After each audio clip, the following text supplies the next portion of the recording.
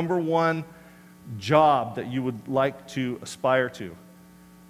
And it came out to be an assistant to a rock and roll star. I thought that was kind of weird. If you're going to go that far, why don't you just be the rock and roll star, right? You know, but they want to be an assistant. That was just kind of interesting.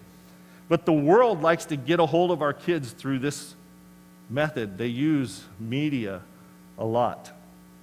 So Babylon's game plan was change the thinking, change the worship, change the lifestyle. Now God had a game plan to transform Babylon.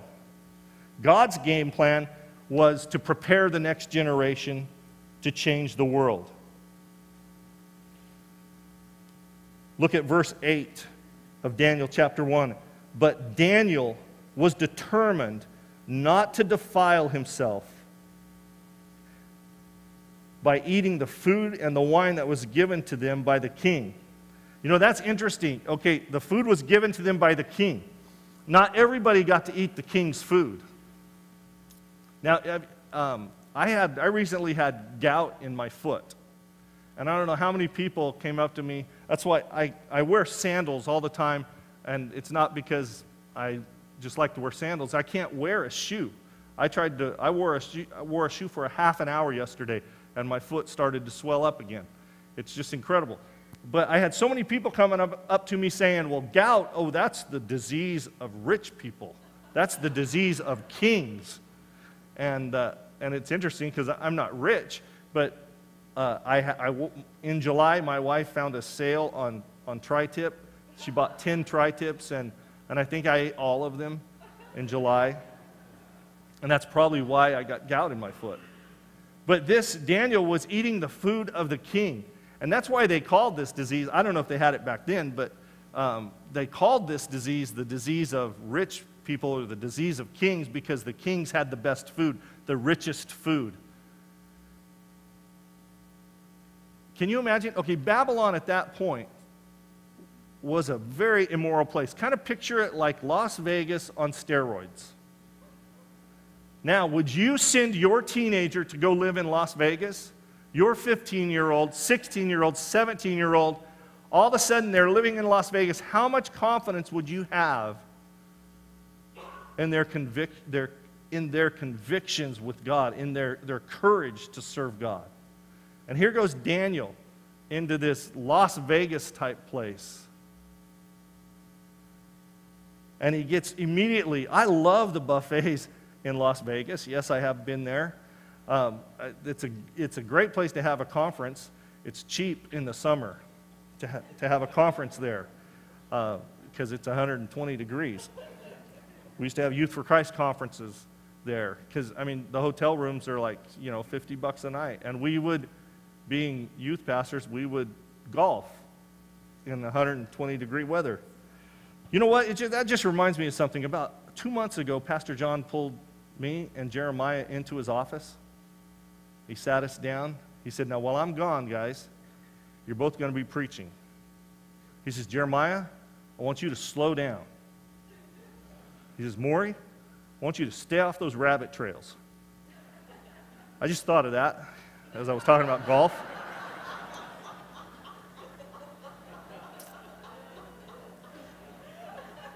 So that God's game plan was to prepare the next generation. How are we going to do that? We have to prepare the next generation.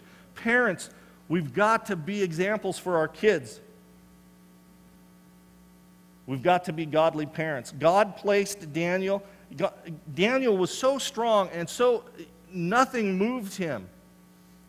I mean, we just read this. Daniel was determined not to defile himself by eating the food and the wine given to him. I would have gone, bring me more. I love food. And buffet time, it's biblical. It says, I buffet my body daily. Another rabbit trail. Okay, so the other thing, God positioned godly people in places of influence. Daniel ended up being, like for 2 decades, being the second in charge. God places people where he needs them. Yesterday at John's funeral,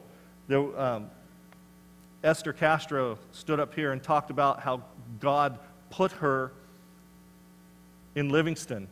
And she believes God put her in Livingston because God had placed John Nelson in Livingston. And she just talked about how God molded her life because she had placed this godly man as the music director at this school. And how many other lives did God change by placing John Nelson where he placed him? In a public school. Now, there's a foreign country. There's a culture that is hostile.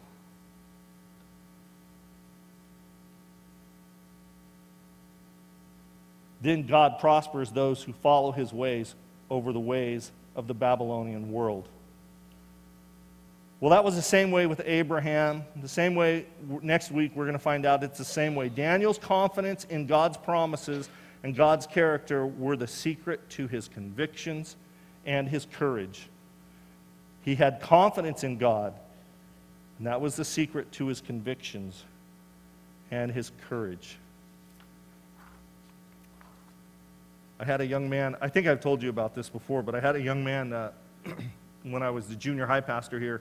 I was doing a lesson on belief. And my point was that belief causes action.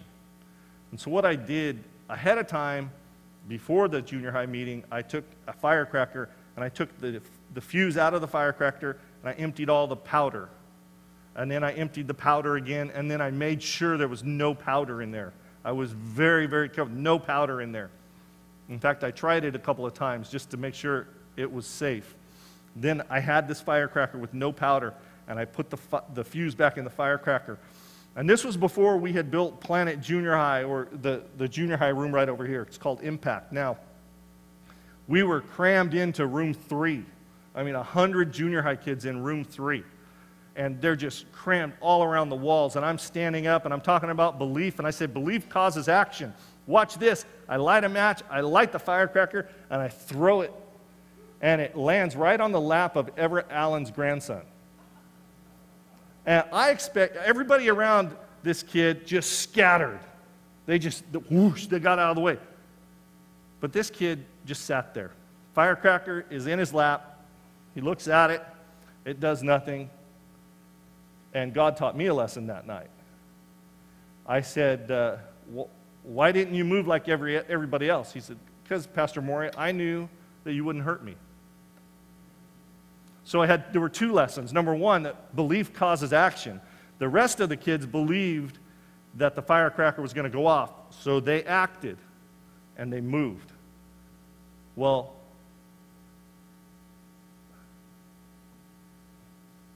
this young man, I can't remember his name right now. This is like 12 years ago. What are Everett Allen's grandsons' names? Anybody know? Chris and Ryan. It was Ryan. I said, Ryan, why didn't you move? He said, because I believed that you wouldn't hurt me. You see, now Ryan, he had belief, but his belief turned into a conviction. The other kids just had belief. They had no conviction involved. It was, I'm getting out of here. But Ryan's belief turned into conviction. And that conviction gave him courage to sit there with a firecracker in his lap. Well, Daniel had that courage. You see, he had convictions. Refusing to compromise conviction is refusing to compromise in spite of the cost.